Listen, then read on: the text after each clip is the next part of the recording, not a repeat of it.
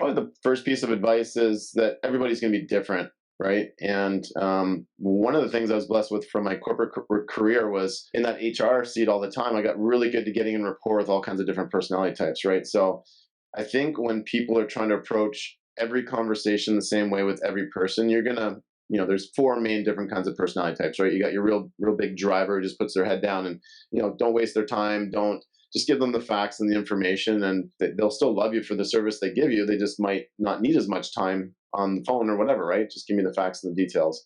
Next one is going to be these really social personality types, right? I make up that, Emma's a fairly social personality type. And those are the people you can have longer conversations with, and maybe they might want to get involved in real estate because they like to host, or they just like that. They like that hospitality kind of feel as a real estate investor.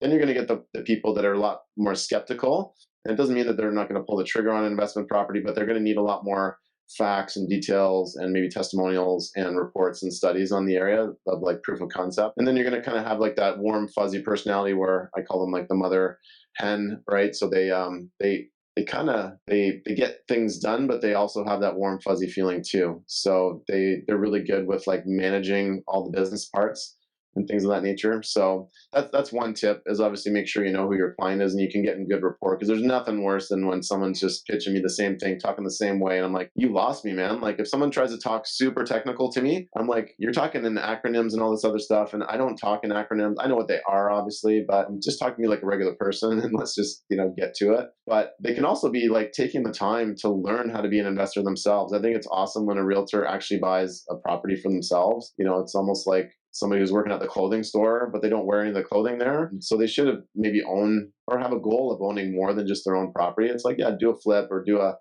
buy and hold, or try to get in the market a little bit. It really helps your clients because then you've been through everything, right? You learn so much on your first property. I remember the first property I ever bought. Now you're dealing with different kinds of financing.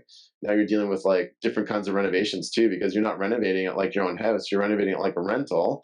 So it's not like you're going to do poor renovations, but you're going to be doing like renovations for a renter, which is usually more cost effective, and you don't need the fanciest trim or the nicest countertops, or go spend the money on things that they might use all the day, like the light fixtures or the switches or the handles. Like those aren't that expensive. So different kinds of renovations. But yeah, I think if they actually all learned how to properly underwrite a deal and not just put somebody on a drip system, because lots of times those drips, I glance at them and I just hit the delete button because I'm like, what's in it? What's in this for me right now? When a realtor actually can do some digging and they can actually find some listings that are maybe poorly listed, improperly listed, or the listing agent frankly didn't even know the highest and best use of the building. Like when you can actually do that kind of digging, and if you don't know, go hang out with another realtor in your brokerage who does have these skills, right? And like mentor under them, maybe even offer to do a commission split or something like that, just so you can learn these skills, right? But I've used predominantly only 3 real estate investors over my career.